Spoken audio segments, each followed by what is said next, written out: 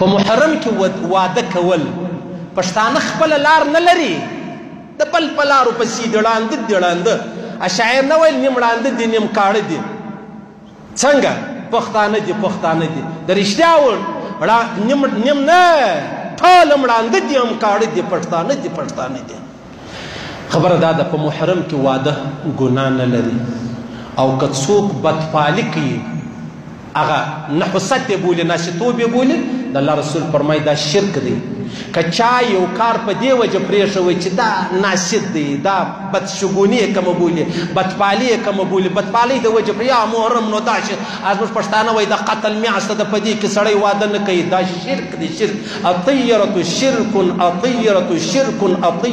شرک د الله رسول فرمایي د ابو داود حدیث دی کم څوک چې د بدپالۍ لاره په مخه واخلي د بدشګونۍ لاره په مخه واخلي چې یا دا ناشتوب دی نحوست دی زه نه کوم دا شرک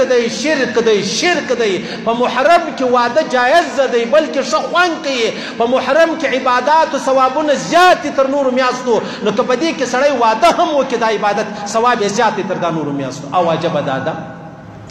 یو معتبر روایت دا دی د حضرت علي کرم الله وجهه او د بیبي فاطمه رضی الله تعالی عنها نکاح په 2م سنه هجري کې د محرم په میاشت کې شوې ده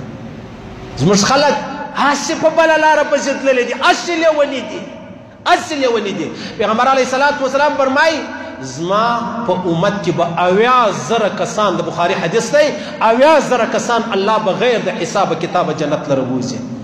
په هغو کې څوک دي په هغو کې یو هغه خلک دي چې هغو بدپالي نه ده نیولې نیکړې ده بدشګوني بدپالي دا معنا دا پلانی شی پر ما ناسي دي زه نه کوم نه یا کله زموږ پښتانه سهار وختي چې په سفر روان شي یو سپی وویني یا لیونی وویني یا دشمن وویني یا کیشه وویني یا ګدړه وویني یا پلانی یا بس را وګرځي یا زموږ په کورو کې امر چې زنانې ناستې موږ کینچه داسې کوو بیا جنګ جوړېږي یا د شپې چې سړی کور جارو کوي یا دا به نه کوي دا وایي د کوره دولت وځي دا ټوله بدپالي ده او د الله رسول فرمایي دا شرک دی دا ګناه ده دا حرام دي وکړئ په محرم کې ودونه وکړئ ویکئ یو شی نسته خطاوزئ مه که شیګان یاست که ویست یې مه که سنیان یاست پرېږدئ یست یې مه شیګانو حق دی ودې کې بلکل د شیګانو حق دی د امام حسین په غم کې دومره لیوني دي حق دی چې خاندي دي لا نه دي خاندي او سنیان یا داسې خبره نه ده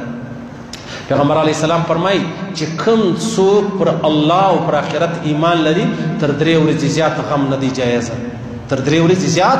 غم او سوګ نه دی جایزه ماسې والا زنانې چې خاوند یې وفات شو 4 میاشتې 10 ورځې دا چیش کولی شي دا غم کولی شي بل چا دپاره دا جایزه نه ده اوس صحابو پوښتنه وکړه چې یا رسول الله دا بدپالي که چیرې موږ وکړله یا ما دا وویل چې دا محرم دی په محرم کې واده ناشر راځي یا دا محرم دی په محرم کې واده برکتمن نه دی دا ګناه ده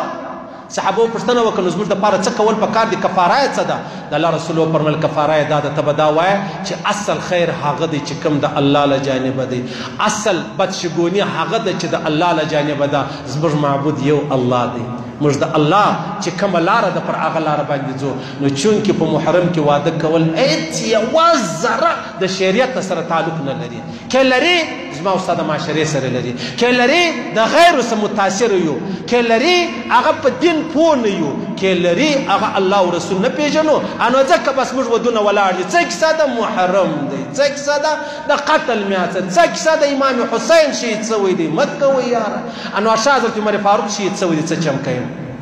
حضرت عثمان چې شهید شوی دی هغه څه چم کوي حضرت علي کرم الله وجهه شهید شوی دی بیا څه کوي صحابه کرام په زرو شهیدان شوي دي بیا څه چم کوي لیونی به نه کېږو بس هغه خبره ډېره رښتیا ده